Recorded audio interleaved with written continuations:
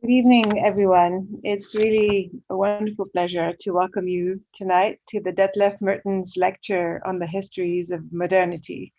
This is an annual lecture in honor of the life and work of Detlef Mertens, 1954-2011. In his essay collection, Modernity Unbound, Mertens suggested that modernism was never a thing, but a relationship changing from moment to moment within the complex and ever-shifting context of modernity. And seen in this light, Histories of Modernity then assumes a new urgency as they select from and frame that unfolding context. After its initial launch, GSAPP was incredibly honored to receive a gift from Elise Jaffe and Jeffrey Brown to endow the series, which will enable the school to host this annual lecture in perpetuity. Already, we have included incredible speakers such as Lucia Ale, Craig Buckley, Zeynep Shelik-Alexander, Ayala Levin, Anthony Achavetti, and Sophie Hauschhall. And tonight, we're really thrilled to welcome María León. We're tremendously grateful to be the home of the Mertens Lecture. I want to extend a very special acknowledgement to the initial committee of friends, historians, scholars who came together to think of forming this lecture. Keller Easterling, of course, Barry Bergdahl, Edward Dimmenberg, Felicity Scott, and Mark Wigley. And again, want to extend the warmest thanks to Elise and Jeffrey, and again to Keller. Please welcome Felicity Scott to introduce María León this evening. Thank you, Amal, and welcome everybody. So though we're dispersed virtually today, I want to begin by acknowledging that GSAPP is located in Lenape-Hoking, the unceded ancestral homeland of the Lenape peoples. I ask you to join me in acknowledging the Lenape community, their traditional territory, elders, ancestors, and future generations, and in acknowledging that GSAPP, as part of Columbia University, and like New York City and the United States, was founded upon the exclusions and erasures of Indigenous peoples. This acknowledgement serves as a commitment to engaging the process of working to dismantle the ongoing legacies of settler colonialism. So this evening, as the Dean mentioned, we gather for the 7th annual Detlef Mertens Lecture on the History of Modernity. And I too would like to very sincerely thank Elise Jaffe and Jeffrey Brown for endowing what has become an important annual event, both here at the school and I think for architectural history more generally. The series is also, as the Dean mentioned, hosted in honor of Detlef's life and scholarly work and celebrates his avowed commitment to coupling academic rigor with an ethics of disciplinary innovation or change.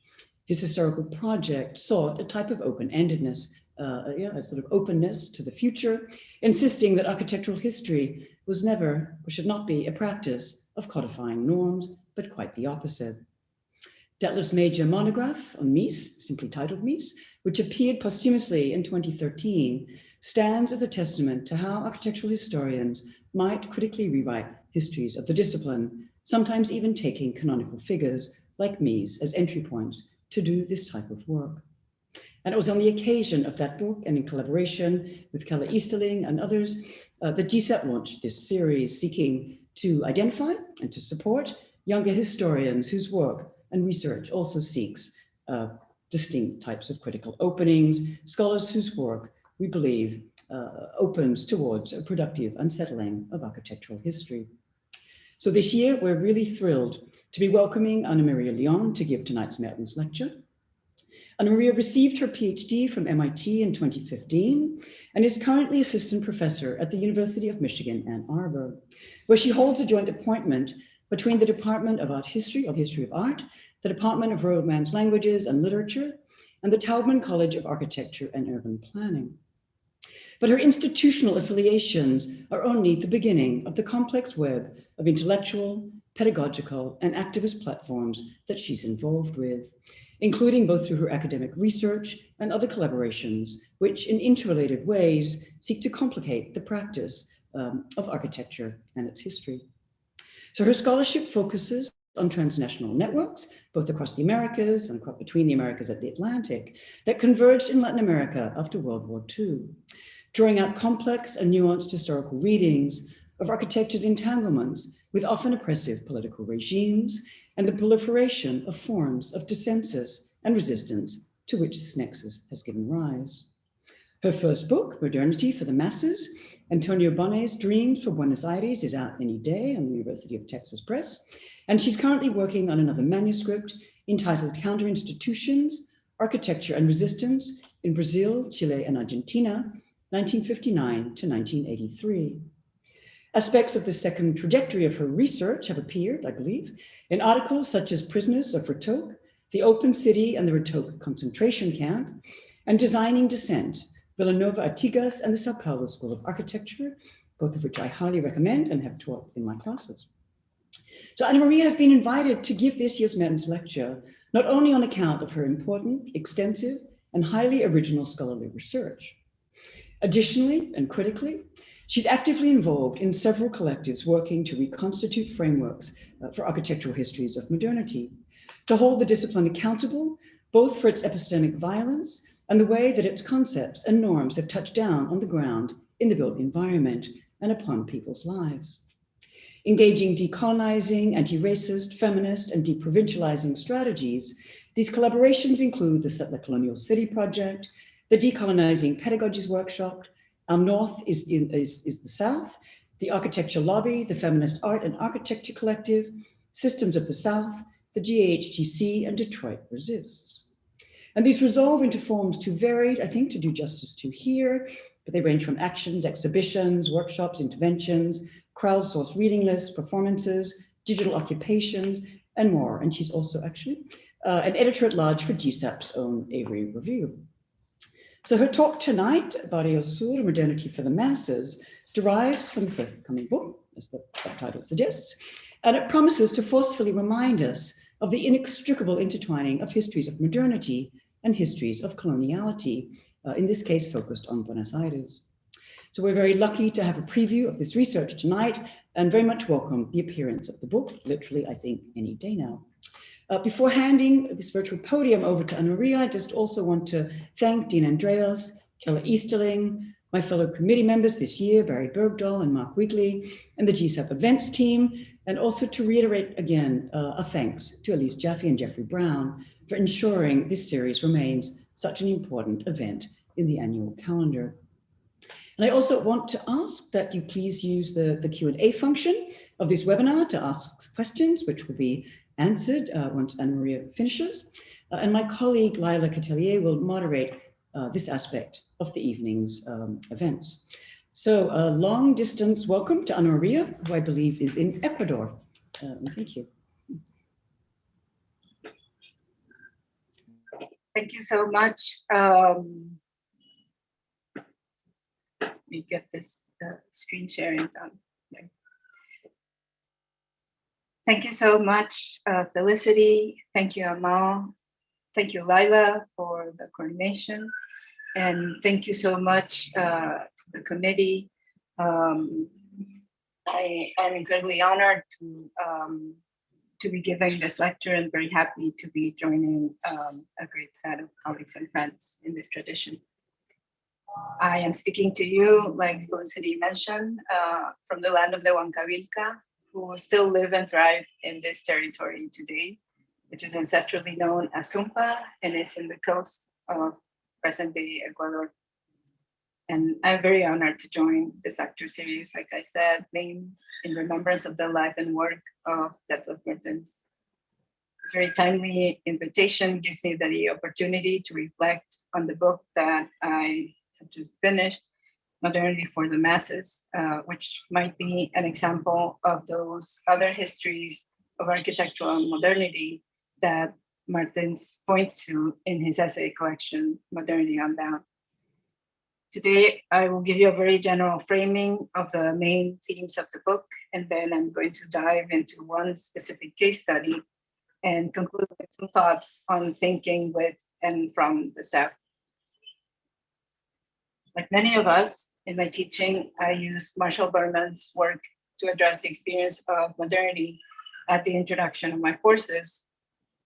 However, and here's a teaching slide, I juxtapose Berman with Aníbal Quijano, and his reflection on modernity, and the discussions of the modernity coloniality group, a group of scholars from Latin America, working mostly around the 1990s and 2000s.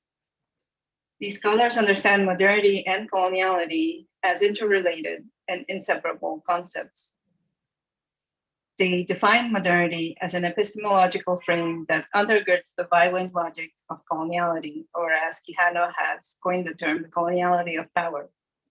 Thus, if modernity is a condition or state of transformation produced by capitalism, the modernity coloniality group argues that this transformation is linked to the European arrival to the Americas.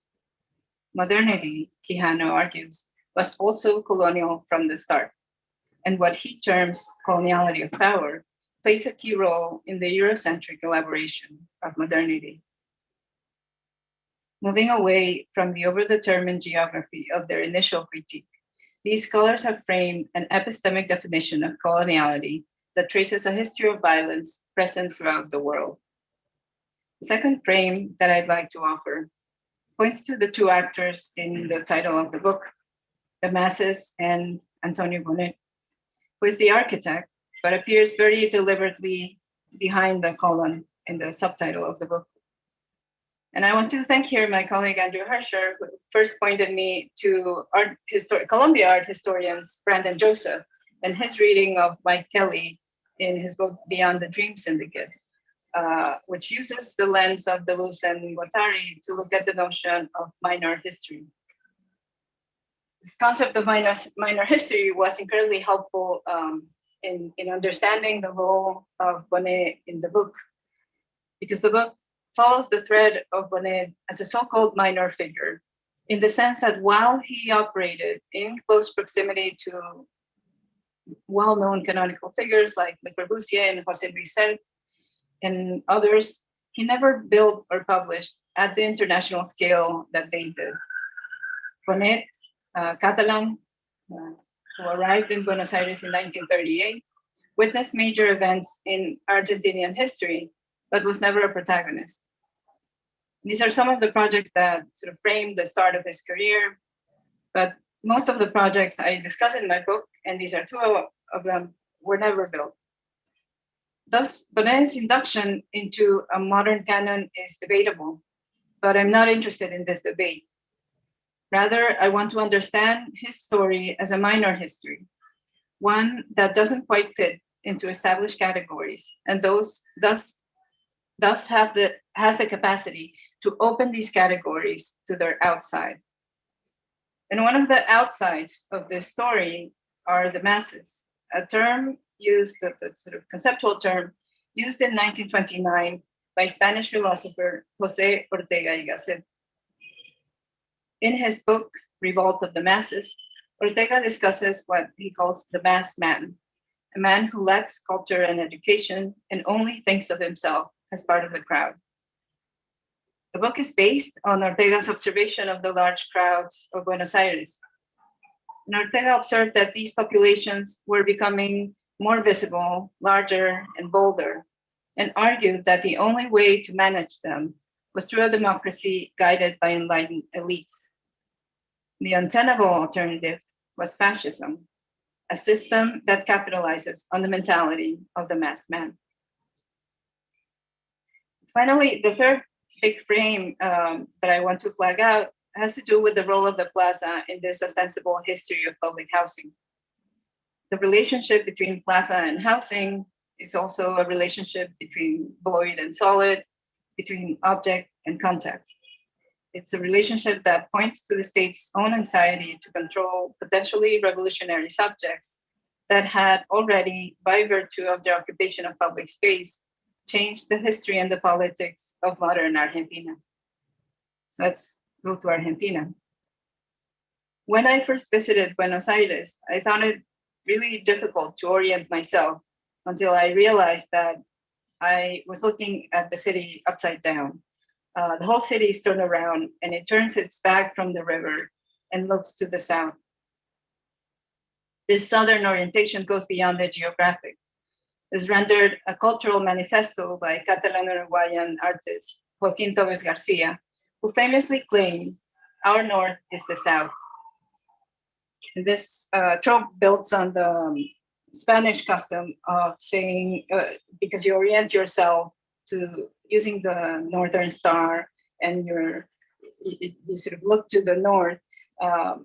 Colloquially in Spanish, a north is something that helps you orient yourself, that guides you. So inverting this trope of orienting oneself in a compass that points north, for example, Torres Garcia claimed that we must turn the map upside down and orient ourselves as South Americans towards the South.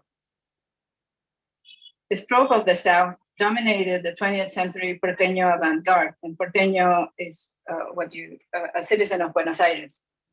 And we can see it in the literary works of Jorge Luis Borges, who made it part of his psychogeography of the city by declaring that the South starts on the other side of Rivadavia. And I don't know if you can read that, but that's Rivadavia is this line here.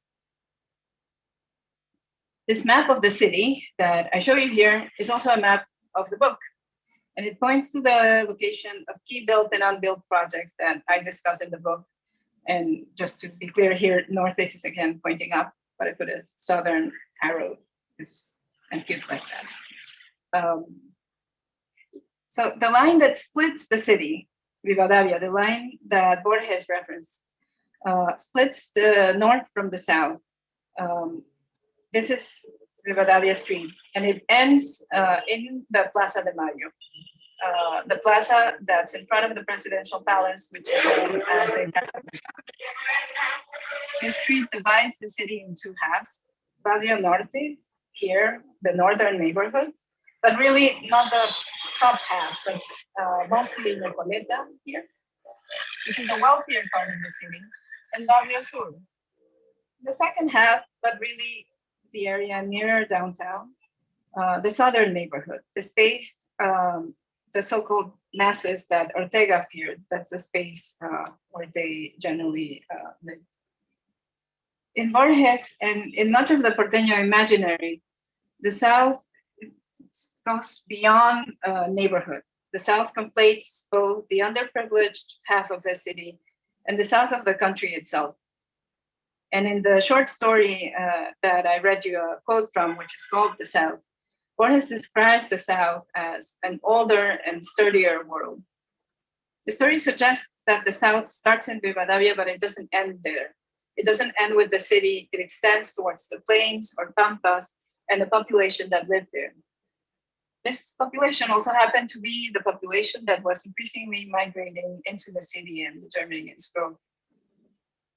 Avant-garde artists like Torres Garcia, Borges, and Victorio Campo, editor of the journal Sur, or South, fetishized and capitalized on the notion of the South, while dwelling metaphorically and often literally in the more elite spaces of the North.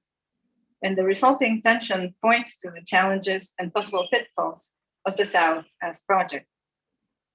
Let us now turn to this history of the plaza and the housing project, of the masses and the architect Bonet, and of coloniality and modernity. On October 17, 1945, thousands of union workers poured into the city center of Buenos Aires. They came from the southern edges of the city, from here, and took over the downtown, converging on the Plaza de Mayo, here. These masses demanded the liberation of a young general under arrest, Juan Domingo Perón, the only member of the ruling military dictatorship who had maintained close relationships with the workers' unions.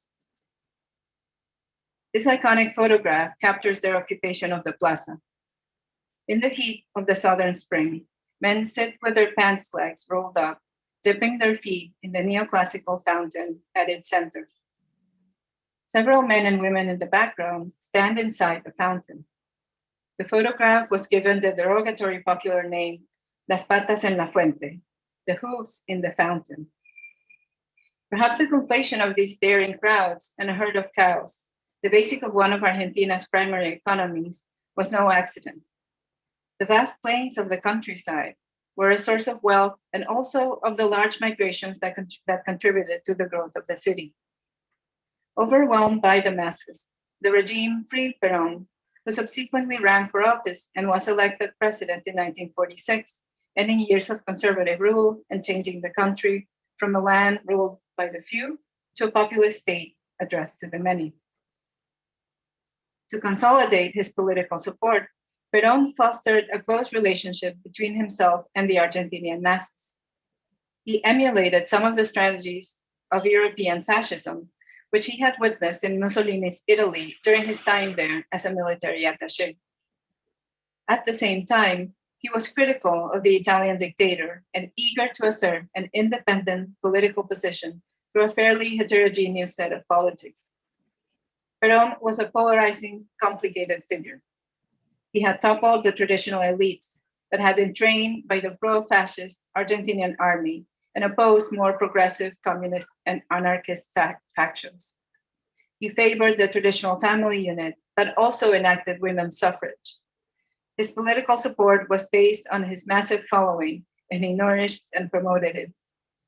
Capitalizing on Argentina's large urban populations and their long history of disenfranchisement, Perón transformed Ortega's masked man into El Pueblo and described himself as their conductor. Who were these masses?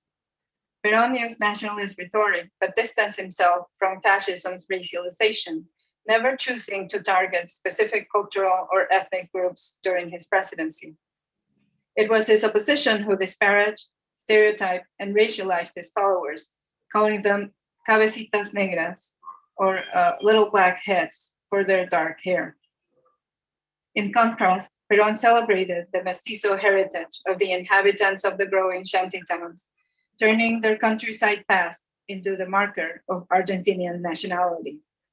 He embraced prior recuperations of the gaucho and the pampas, tropes associated with his sympathizers.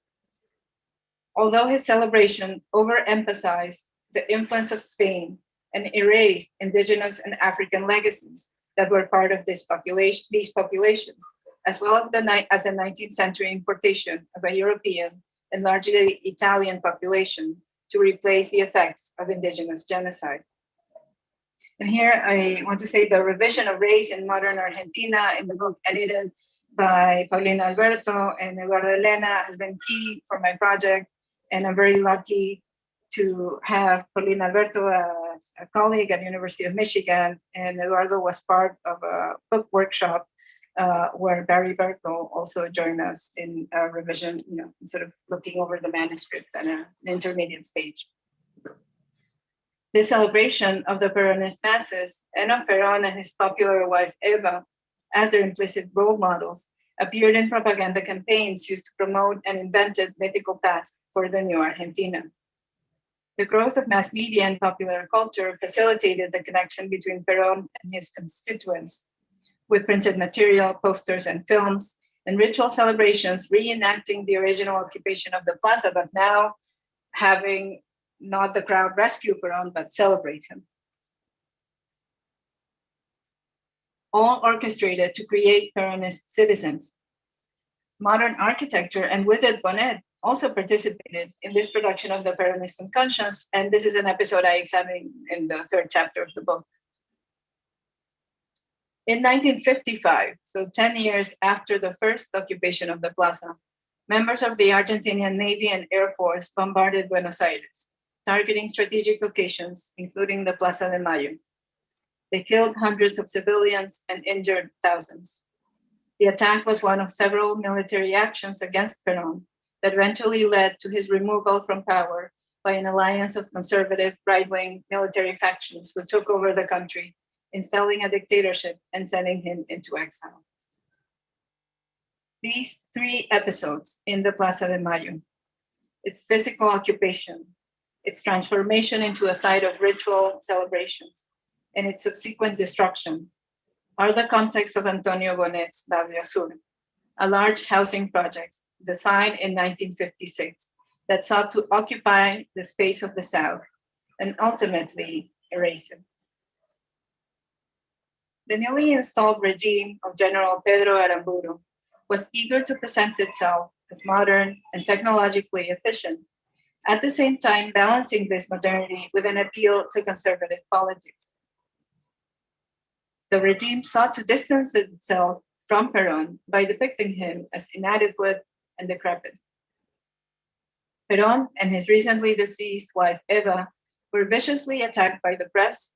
Their formerly ubiquitous names and images were expunged from the public realm and from the public record. Laws were enacted that prohibited any public reference to Perón, his wife, or his political party, as well as any phrases or images that evoked him or his presidency. The state also sought to discredit Perón's efforts in the area of housing. The growth of informal settlements or slums was interpreted as a sign of his failure to provide social housing. The reality was more complicated. By the time Perón was ousted, he had built several housing projects, but they hadn't been able to catch up with the expansion of the city. In order to demolish Perón's legacy, the state needed a grand theatrical gesture. And the answer came through Manuel Rosson, president of the National Mortgage Bank, which was a state entity charged with solving the housing question. Rosson reached out to Antonio Bonet for a series of conversations that resulted in a proposal for the old neighborhood of San Telmo. San Telmo is only a fragment of what is considered as Barrio Sur, or the southern neighborhood, but it is still a considerable site, totaling 200 hectares or 500 acres. The neighborhood has a long history, but in the lore of the city, it is known as an originally wealthy neighborhood whose population moved to the north of the city because of a series of yellow fever epidemics in the late 19th century. This story is a basic building block of the history of the city and of its legendary north-south division. By the late 1950s, the old houses of San Telmo had been subdivided into rooms that were rented to whole families. The neighborhood was home to a large immigrant community, including many of the cabecitas negras, the Peronist masses, that had supported Perón. This was the constituency the project ostensibly addressed. The regime of General Aramburu commissioned the project to Bonet, who put together a team of about 20 employees, including architects, draftsmen, model makers, and other specialists. The team worked on a complete set of architectural and urban plans, a large site model that you see here, and an extensive folder detailing an introduction to and justification for the project, ordinances, a budget, and a draft of the law that would make these actions possible. Architect Justo Solsona, a well-known Argentinian architect now, but back then a draftsman of the project, remembers it as a pharaonic work. Housed in the offices that took over one full floor in a large modern building on Libertadores Avenue in the north side of the city. The contract was signed in February of 1956, and a large documentation folder with the finished project was turned in at the end of December of that year, giving us an idea of the team's frantic pace, 10 months. The resources and energy allocated to Barrio Sur point to different political and architectural projects coming together towards a new economic strategy, state intervention, clearing the ground for private investment.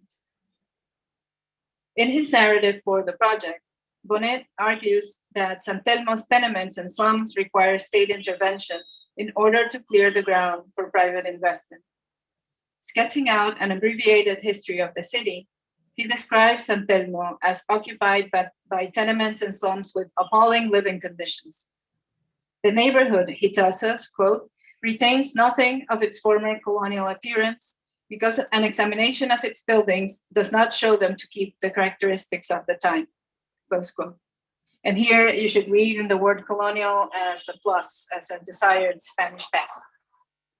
Having laid out an argument for demolition, Bonet mentions a few of the buildings that he considers salvageable and concludes by praising the logic of the grid, the block, and the street as valuable urban planning tools that allowed the first settlers of the city to grow, and I quote from him again, occupy space, an inherent purpose of any human settlement that establishes itself in a primary hostile medium that must be gradually dominated, close quote. This depiction of a primarily hostile medium resonates ominously at the end of a section dedicated to the current situation of San Telmo. The text leads to the conclusion that San Telmo must be demolished and that salvaging a reinterpreted grid is a rational way to honor the merits of Argentina's colonial past while looking towards a modern future. The arguments for the demolition are similar then to the language used by the regime to call for the erasure of Perón's traces in the built environment. In the next section, Bonet goes through earlier urban solutions, highlighting the difficulties of the old city ordinance and the density of the medianeras. These are narrow vertical shafts, you see here, that provide ventilation between apartments lined up one behind the other in the city's D plots. He also dismisses his own prior attempts at urban planning, dramatically crossing the map, like here in these illustrations. He describes these projects as monotonous, oblivious to the human scale, and difficult to finance because of their low densities. This last justification is clearly strategic and meant to strengthen the argument for Barrio Sur. The development, according to Bonet, was dependent on private investment and would work because of its high population densities. Bonet expects all new development to be managed by private enterprise, with the possible exception of a few housing projects by the state to house the population displaced by the expropriations, or the option to house them elsewhere with preferential treatment facilitated by the National Mortgage Bank. Ultimately, the displaced population is considered insignificant in comparison to the incoming wealthier middle-class population, who is the real target of the project. The prior inhabitants' absorption into the new development is taken for granted. The multiple references to private investment and dense population in the introduction come together in the ordinance of the project. This density, Bonet argues, will make the project financially successful. The ordinance also specifies 19 buildings that would be exempt from expropriation and therefore demolition because of either their historic, artistic, and religious value, and these are 7 churches, the Writers Association, and a theater, or their economic value, 10 apartment buildings. That's it. The rest of the neighborhood would be gradually cleared and eventually replaced by private development. The extremely detailed ordinance and plans that follow this section offer a marked contrast to the sparse explanation of how this expropriation would take place. This process is summarily laid aside by stating that the exact order of expropriation and demolition would be determined, quote, at the right moment according to the circumstances, close quote, so that the new sectors would be built without affecting the normal activity of the city. The resulting design echoed the regime's careful balance between conservative politics and the modern technocratic aspirations by combining the grid and the plaza as elements of Spanish colonial planning with modern urban design. Bonet organized Barrio Sur by subdividing the neighborhood into 6 sectors and combining 3 main building types to create an urban fabric. This megagrid, that he called it, overlaid over the existing grid, creating a system of large avenues for fast transit with intersections every 500 meters. Each sector was composed of an area of approximately 16 hectares, meant to house a population of about 75,000 each, for a total population of 450,000 people. Each sector followed a similar pattern with a plaza in the middle and the arrangement of 3 building types. Vacas or cows, alluding to this Argentinian staple, were 6 meters or 2 stories high. Grecas or frets or friezes or fretworks, 30 meters or 11 stories, and torres or towers, 100 meters high or 35 stories. Bones interpreted these 3 types as poetic references to the city of Buenos Aires. Its busy streets and galerías, which is a type of shopping arcade common in downtown Buenos Aires, its tall trees, and its sense of space. Perhaps inspired by Le Corbusier's tripartite goal for the Ville Radius, in Barrio Sur, these skills reference the specifics of the city, supporting some urban typologies like the galleries that I've mentioned, and rejecting others like the medianeras. So instead of having medianeras, he argued for isolated skyscrapers, closer to the Le Corbusier type.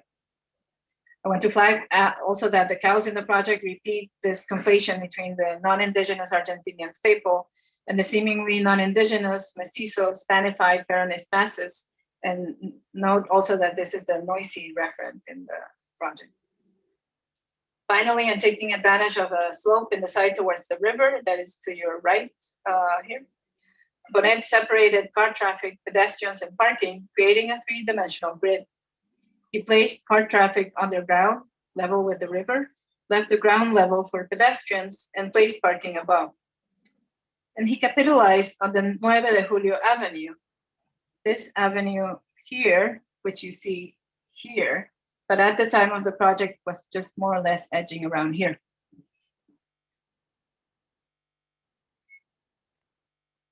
Sorry.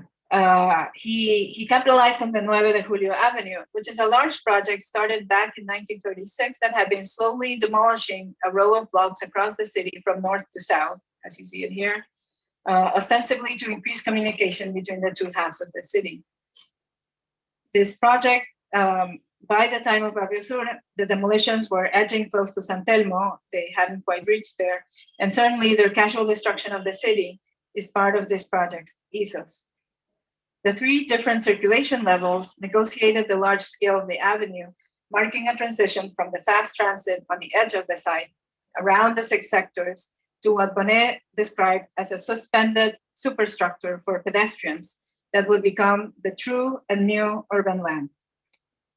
In order to illustrate this new urban land, the team focused on depicting the central plazas through a series of drawings and one photomontage. This photomontage seems deliberately produced to highlight the strategic presence of private enterprise in the project. Here, the conspicuous store advertisements overwhelm the plaza with careful reproduction of foreign brands and their logos, hinting at the kind of investment that the project hoped to attract. A few photographs of human figures have been collaged into the drawing. In the foreground, a young woman mounts her bicycle. Behind her, a man in a suit walks towards us. Various other figures fill in the shaded spaces of the commercial galleries, assuming the success of the project's retail spaces. We can productively compare this photomontage for Barrio Sur with an earlier image produced for Casa Amarilla, a project that Bonet led in 1943 and which was addressed to the military dictatorship that preceded Perón. Back then, an unhomely wilderness had engulfed the project, which was populated by isolated and estranged characters. This wilderness has now been replaced by the world of advertising, and the potentially dangerous masses have been molded into compliant consumers. The formal reversal of solid and void and the embrace of the plaza works together with a clear message in support of private capital. What led Bonet to this reversal of his prior projects? In 1951, the 8th International Congress of Modern Architecture met in England under the topic, The Heart of the City. The proceedings of the conference were documented in this book of the same title, published in 1952 and edited by Jacqueline Turwood, Ernesto Rogers, and Jose Luis Sert, president of the CIAM, and Bonet's former mentor and boss. Bonet had worked for Sert and his partner, Torres Clavé, for 4 years while he was a student in Barcelona, and again in Paris as the site architect of Sert's celebrated Pavilion of the Spanish Republic. Sert's own attention to plazas and patios has started perhaps in 1947, when Peruvian architects brought to his attention the local patio and plaza typologies. And I show you here where I think these typologies come from and how arbitrary it is to argue that they are Spanish, but I won't get into it right now. Bonet had reconnected with both of his mentors, Sert and Le Corbusier, in Siam 7 in Bergamo, Italy, and used this first return to Europe to visit Venice, where he was greatly impressed by the urban space of the Piazza San Marco. He did not attend Siam 8, but it's likely that he followed the work of his mentor. In Siam 8, Sert started both the Congress and the book with a long quotation from Ortega's Revolt of the Masses, from which I'm going to read a short extract with racism trigger warning. This is Ortega being quoted by Sert at Siam 8. The man of the fields is still a sort of vegetable. His existence, all that he feels, thinks, wishes for, preserves the listless drowsiness in which the plant lives. The great civilizations of Asia and Africa were, from this point of view, huge anthropomorphic vegetations. But the Greco-Romans decided to separate, decides to separate himself from the fields, from nature, from the geobotanic cosmos. He will mark off a portion of this field by means of walls, which set up an enclosed finite space over against amorphous, limitless space. Here you have the public square. Ortega focuses on public squares and plazas as civilizing enclosed outdoor spaces that bring citizens together, in contrast to the fields where people roam without the ability to comfort with each other. Ortega proposes that these civilizing spaces are a remedy for the increasing dominance of the masses, composed of people who think of themselves only as part of a crowd.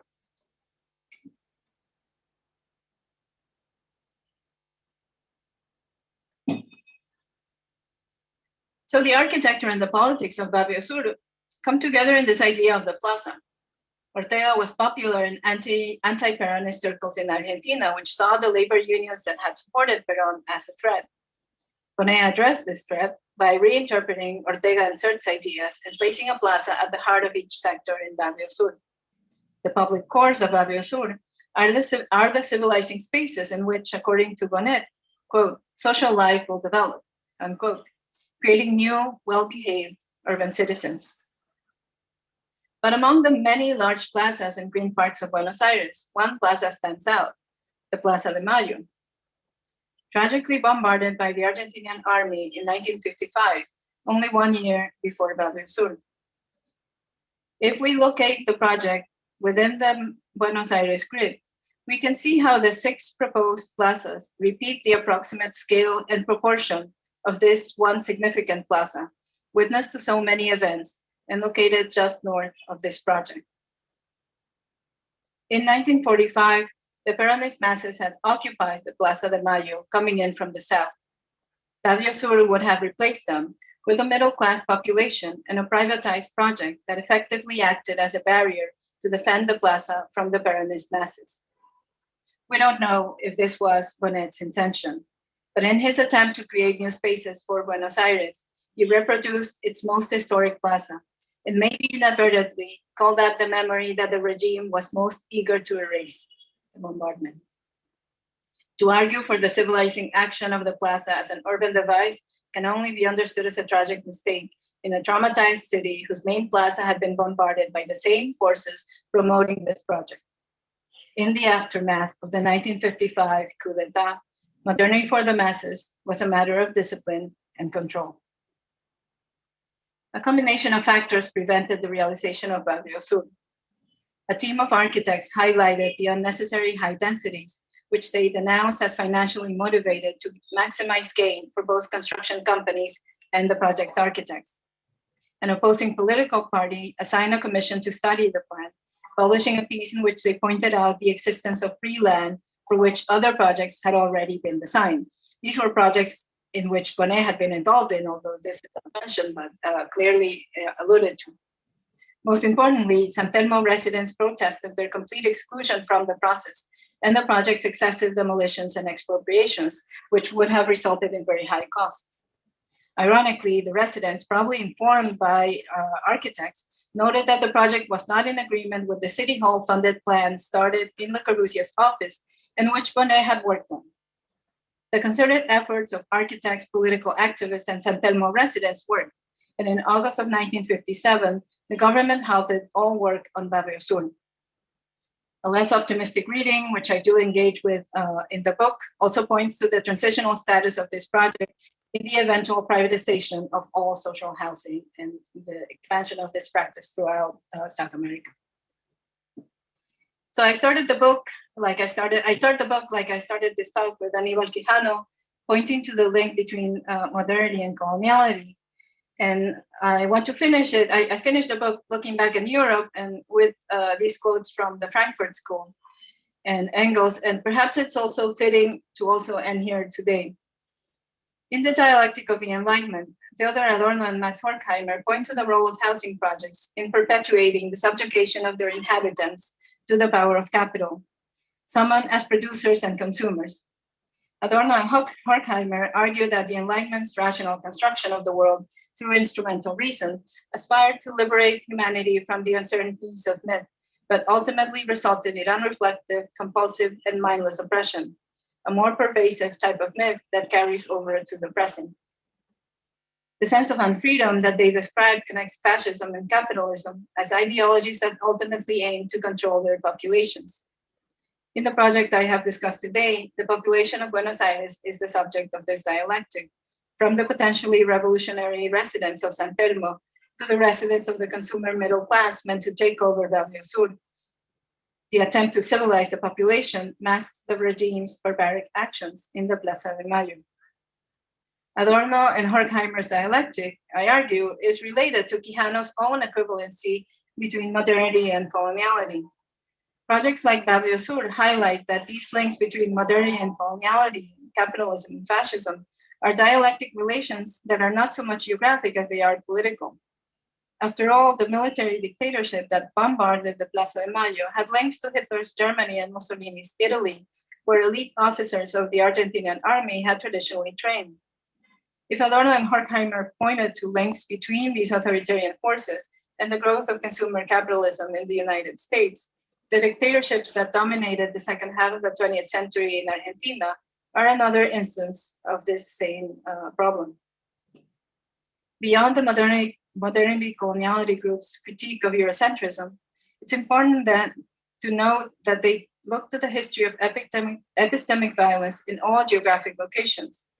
It is in reaction to this violence that I want to reformulate Torres Garcia's old charge of taking up the position of the South, no longer a geographic South, but a political South that is articulated against the violence of coloniality. Then, when I propose projects of histories from the South, I mean histories that look for the coloniality embedded in the emancipatory discourses of modernity. I mean histories that look into the public's architect's claim to serve, and I mean histories that examine the environments produced by the architectural object instead of fixating on the object itself. There's a renewed attention to the decolonial discourse of the modernity coloniality group because of their work against Eurocentrism. But we have to be careful to address the root of their critique, which is against the violence of empire. It is to this violence, be it in the bombardment of the Plaza de Mayo or in the recent invasion of the capital of the United States, that we must act against in our work. And it is to these violences then that I call upon us to resist today and always. Thank you.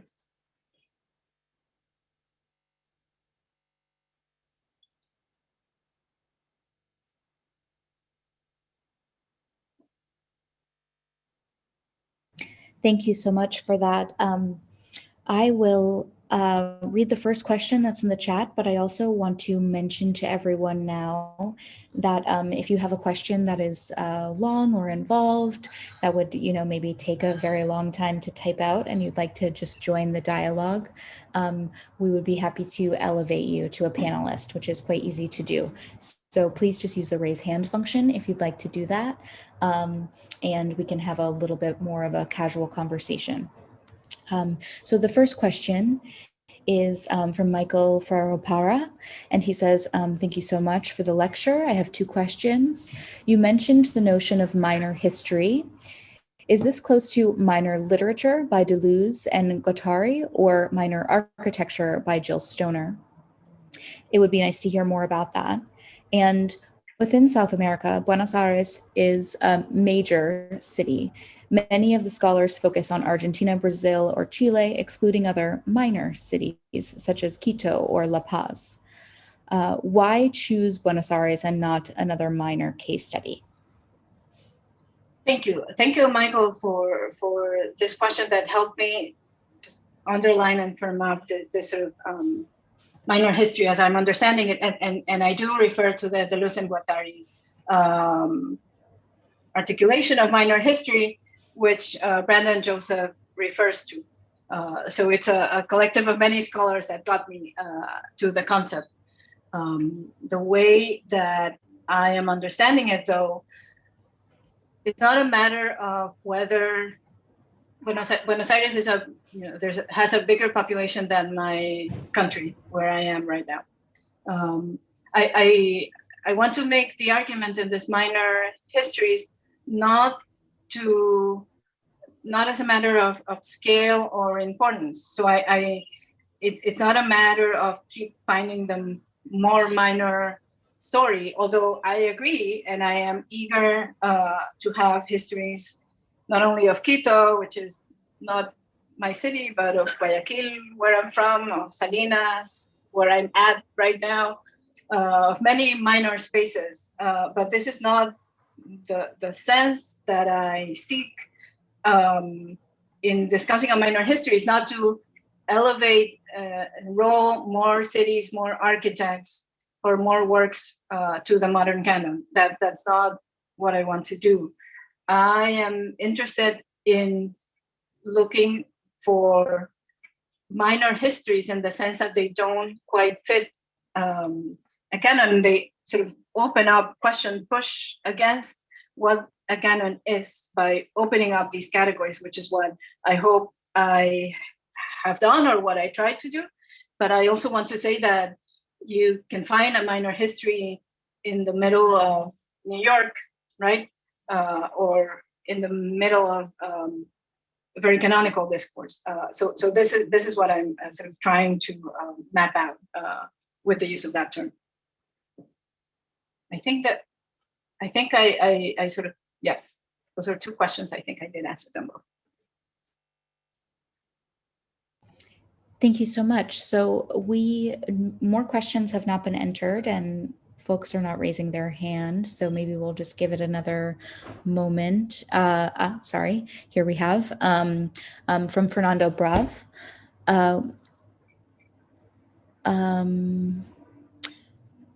Issues of, okay, sorry. Yes, Marcella, please feel free to ask a question. I'm going to promote you to panelist now. And so now you will be able to unmute yourself and turn on your camera to ask your question.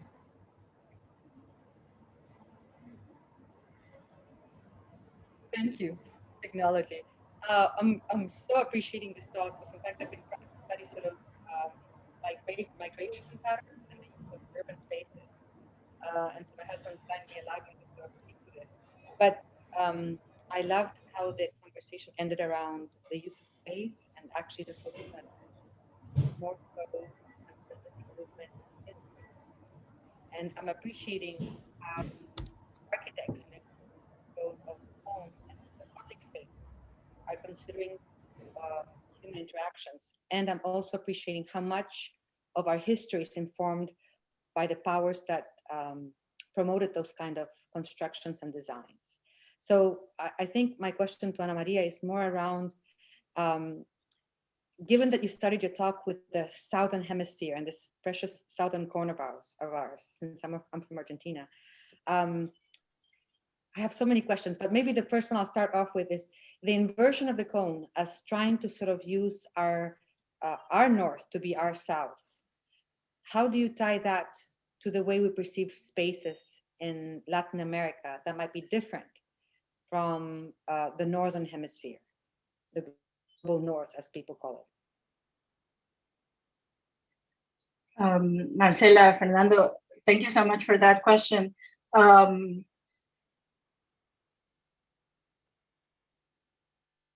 I think there's a lot that has been written about a different understanding of space. I'm going to give you, I guess, I don't think I can sort of summarize it now, but I'm going to just give you a more personal answer, which is, I think there's a large territory. I'm not from Argentina, so working on a project in Argentina was, very intimidating to start with. But I think South Americans, we have gone through, those of us who are here now have to more or less degree still memories of the second half of the 20th century, which is a very difficult and tragic second half of the 20th century for most of our countries. Many of us were born or raised or spent some part of our lives under dictatorships and under the understanding that there were more surrounding us. I think this is part of how we understand space. I think we know how to claim it. We know the importance that defending that public space, the importance of claiming and standing in that space. I think that's and we know that there have been scars, right, in claiming that space, scars that we can trace and that that many people have paid a very that A very high price. hard Yeah. price. I guess the part of me in one of the quotes that you have, the idea of creating walls, because my memory of growing up where public spaces were longed for and wanted have now become places of violence and risk. So we no longer go to public spaces. And if you do, it's with a sense of risk because you're going to protest or to try. It no longer is about re-engaging with neighbors, re-engaging with people in the way that I remember conversations around that was. And it is, I'll say that piece. And around architecture, at least in Buenos Aires, the idea was that it was the Paris of Europe, of South America. And so this Eurocentric view around architecture and then the public spaces that implied had to do with as close to what had been imported, had been brought back. So, even our look towards like how manipulated our public spaces became and how the story inadvertently became one of, if we can be more like them, then we are better. But we didn't look down to our South or our own past to reclaim who we were, which was one of my questions around. I think we have a very confused identity. And in a way, it's different from the North because we still feel the remnants very clearly of where we came from because of the mixing that we had. So, yeah. Marcela, I agree. And at the same time, when I teach, I speculate that there are actually some similarities between Argentina and the United States, in that both are settler colonial countries that went through indigenous genocides more or less at the same time in the late 19th century in very similar ways. Now, they have been racialized differently, but both spaces, the main, the Plaza de Mayo and the Capitol building, right, they both use a sort of a European language to sort of widen the identity of the country. Right? So the one difference which doesn't speak, I'm not sure if it speaks well or not, but we actually, our genocide was so complete that we didn't even have reservations. If indigenous people survived, it wasn't because they couldn't. Yeah, so I totally agree. We just went further with the killing, I think. But we did integrate more of it in our genealogy. Like I'm discovering things about my own genealogy. So yeah, anyway, I'm appreciating the focus on violence to ourselves and to others in this process of trying to also find public spaces to reclaim that which is ours. Thank you so much, Marcela and Fernando. We'll move on to a question now from Brian Norwood. And he says, thank you for the wonderful talk. Looking forward to the book. Could you talk a bit more about the function of the biography as a way to think about coloniality and modernity? How does a biographical focus on an architect help you approach these large questions? Thank you, Brian. Hi. This is the one good thing about this sort of Zoom reality is that get to interact with good friends far away. The role of the architect in this project was always sort of a stumbling block. And I want to say very openly that this is a dissertation project, and I feel like I started the project as a different person. And when I shared sort of those frames that I had, I really sort of started with the frame inside the box, right? I was going to look at a housing project by a modern architect. And I was trained in Ecuador as a modern architect, and sort of in a very sort of traditional understanding of modernity and of what history was. And I completely sort of changed my framing as I worked on this project, and then sort of in a way turned the project inside out. So the architect here ends up being a thread in a way, because he's a convenient figure as a historian. He works for the regime before Perón. He works for a project during Perón, and then for Aramburu for a project after. So these are 1, 2, 3 chapters of the book plus an introduction. And keeping the same figure, which is a figure that has been trained in a way to be another Sartre or another Le Corbusier, right? And having him sort of stumble and sort of struggle in a completely different site, right? In the middle of Argentina going through these huge political changes, becomes sort of the continuing thread. But each chapter in a way looks at, keeps the project by Bonet, but Bonet often disappears completely into other actors and other characters, and he's sort of the guiding line. Thank you so much. The next question is from Jonah Rowan, a PhD here at GSAPP. You concluded by discussing a decolonial architectural history that can resist violence. Is there a possibility of an architecture that projects these ideals? Alberti, for example, describes beauty in terms of an ability to hold off would-be attackers, since they would be awed by the attractiveness of the architecture. Can a building impel that kind of reaction? Or is it only through acts of interpretation, architectural history, or criticism that can have that kind of agency? Hey, Joanna, how are you?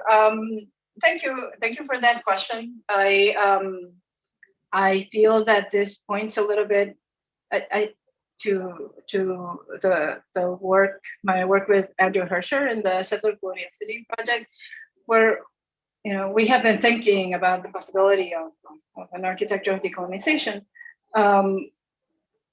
Biographically, for me, initially, that's one of the reasons that I moved from practice to history. So it's interesting for me that I am now returning to a different sort of practice. So I think, yes, but I think it's also a practice that's necessarily not a practice that works through, I don't know, Kantian systems of beauty, as Alberti perhaps might, in that elaboration that you cite from Alberti. I think it's a practice that would need to be research-based and address the structural inequalities in some way. But I'm going to leave it open like that. And I think I get this. It's interesting to get this question from you. I usually get it from architecture students who want to find sort of an out. And I think I am interested in being a historian, but increasingly I'm interested in also in a practice that is based on history, but it also goes beyond sort of scholarly work, as I think you probably know. Thank you. Okay, so from Madeleine Aquilina, thank you so much. Looking forward to the book as well. The image of the plaza replete with logos that you began with reminded of the 1961 zoning law in NYC, which began the incentivization for corporations to create privately owned public space, in quotes, in and around their office buildings. Is the discourse about zoning laws in Buenos Aires at this time relevant at all? I think what I sort of skipped quickly through, and this project offered sort of a revised zoning law. But what is more interesting to me is the failure of the project, I think, is because of the moment in which it takes place, because it's a transitional moment, as not only Buenos Aires, but the whole of Latin America is moving towards neoliberalism and increased privatization of social housing. So to me, it's not so, zoning laws are important, but what I was interested in is this sort of decoupling of the role of the state in housing as right. And increasingly, the transformation of social housing, which now in most of Latin America takes place through subsidies, through lending, right? And it's private corporations that develop housing projects that then folks can buy into with lending from the state of some sort. But not, no longer is the state responsible for building housing projects, right? And Bonés, this Barrio Sur, was sort of a halfway project. He still saw a role for the architect, you know, as a modern architect. So he wants to build the project. Eventually, the architect is completely disempowered also, right? It's sort of private corporations that do these sort of huge matchbox projects that are, yeah. So sorry, I think I ran away from your question. Madeline is my student, so maybe I'll try to answer her more fully when we meet again. But it seems to me that the zoning laws, it's less a matter of zoning laws than the structure of funding social housing projects and who gets to build them. Thank you. From Enrique Ramirez, can we locate in Bonet's work a regional Latin American modernism? Is there an analogy to be made with the experience of authors like Vargas Llosa, Fuentes, Cortázar, and others whose work was acknowledged with a regional and not country by country context? I don't know, but Bonet is Spanish. He's from Barcelona. He's Catalan. He falls really in love with Argentina. He goes back.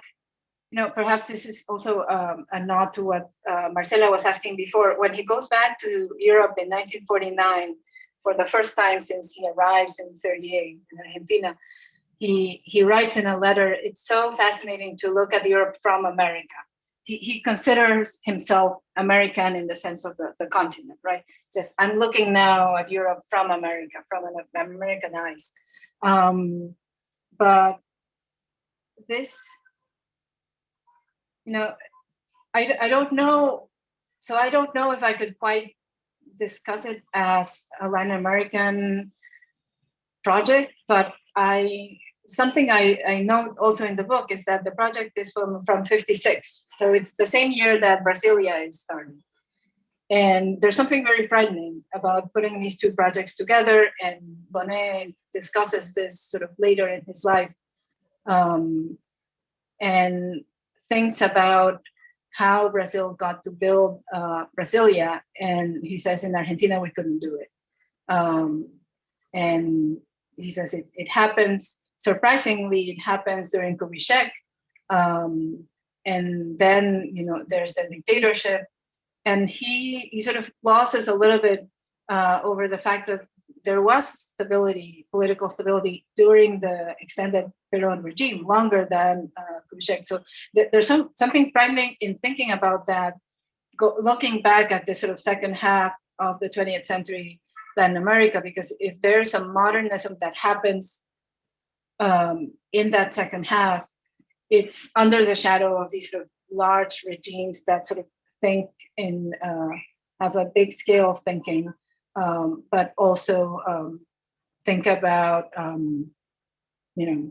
operate through a lot of violence sometimes. Okay, so I think we'll take 2 more questions. And from Correa Fernandez Pedro, thank you for the wonderful lecture. Your reading of Ortega y Gasset, in quotes, mass man, as having been the kind of sociological unit later transformed by Perón into, in quotes, El Pueblo, is very interesting, and it is exemplary, I think, of how other governments in Latin America at this time embraced nationalism as a means of constructing a new and expanded form of citizenship, one that often included the construction of mestizo racial types, like the figure of the gaucho in Argentina. Given the way indigenous paths were often erased from the heritage of these types to emphasize European origins, I was wondering whether the dictatorship after Perón, and Bonet in particular, utilized these types in any way to continue a racially determined nationalist discourse, or whether they simply erased them in their larger deletion of El Pueblo from the political arena. Thank you, Pedro.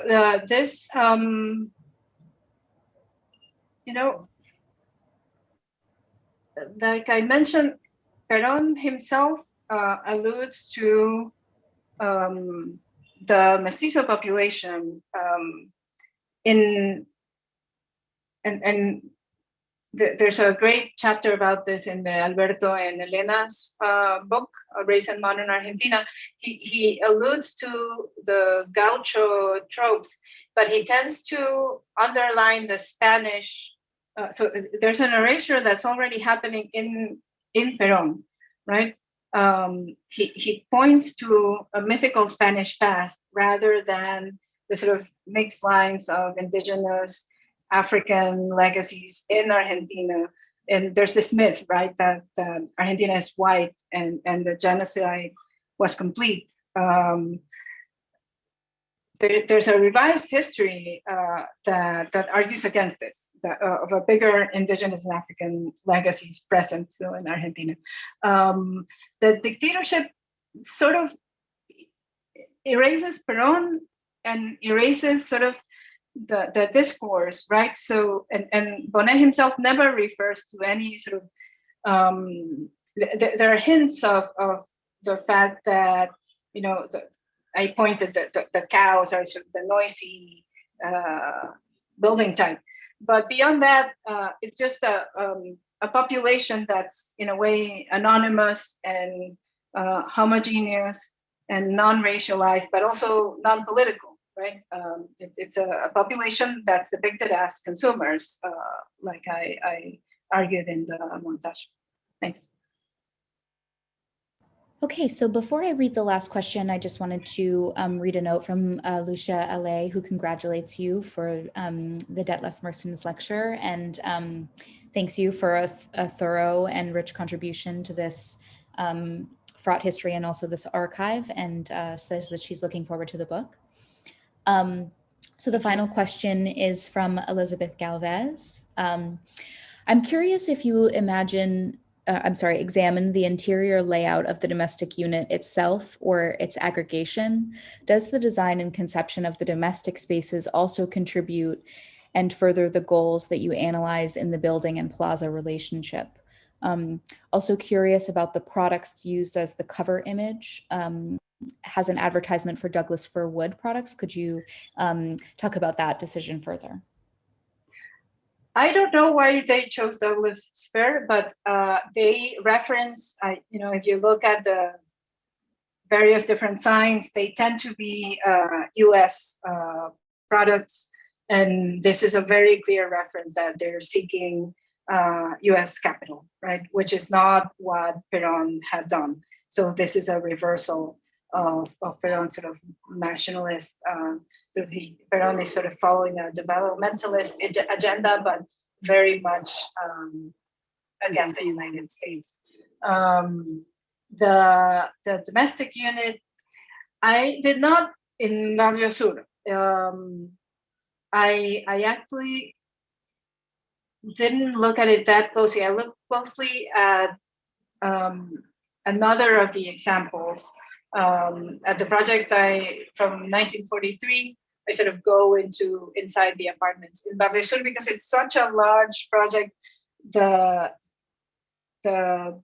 He doesn't sort of go into the detail of the buildings, right? He lays out the buildings, but it's a building type. It's an ordinance that's supposed to have, it's how tall they are, the type of use they're going to have, and the idea is that private enterprise would design them, right? So in a way, this is the push and pull of this modern architect not wanting to surrender his job as an architect. But at the same time, it's a master plan, and he knows, so he's creating jobs for more architects. This is not what's going to happen in the end, sort of in the history of Latin America, is that these are all, there's not even there's no appropriation of land. It's just everything is up for private development. There's no concerted effort from the state. So in this project, he doesn't get to the level of designing floor plans, right? It's the idea that this is an ordinance. Okay, and I know I promised we were on our last question, but there's just one more from a current CCCP student. Andrea Comer says, thank you for the lecture. The notion of the people, in quotes, here is an abstraction based on the subjectivation that resist being undone within modern modes of architectural practice. And to what extent does the architect, as a figure of the singular master, or at times a placeholder for the state, occupy a structural position within capitalism and the colonial modes of production? Does this pose a problem for thinking in other modes of dwelling, in quotes, outside, such as communes or other forms? Thank you, Andrea. This architect is, he's commissioned by the National Mortgage Bank, right? So it's very clear to me that even though he speaks as himself, he is channeling and following the directions of the state in the way that he is very specific about how the project is going to financially operate, right? So that on the one hand,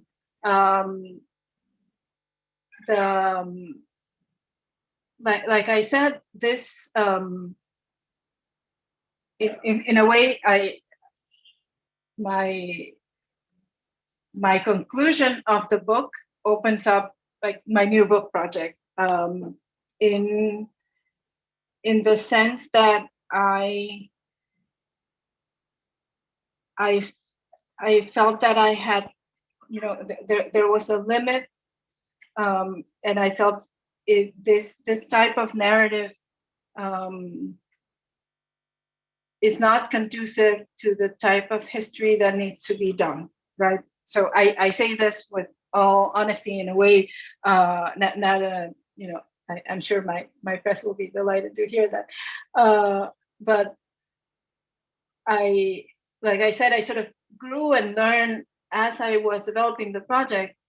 And basically when I sort of zoomed out and realized what I had done, and sort of the conclusion is, I think I need to write a different type of history, a history in which the architect, not a history in which the architect is part of the state, right? But a different type of history that can create friction against these forces. So histories of resistance and opposition that you sort of point to as welling outside, but that I am sort of slowly starting to think about in my current book project. So, that's probably not very smart of me, but I'm honest in that this, this book was a learning process, and my realization at the end of it is that the next history needs to be a different kind of history. Thank you so much, Anna Maria. This is wonderful. It's amazing to hear you talk a little bit about your process and how generous of you to kind of give us this glimpse into what you're thinking about now and what you're working on now. I think that's a perfect way to end, actually. Thank you on behalf of the Detlef Mertens Committee, on behalf of GSAPP, and on behalf of all of your colleagues here in the room still today. I'm so sorry we couldn't do this in person, but so excited to host you at GSAPP again soon. And we really just appreciate your time and your scholarship. Thank you so much.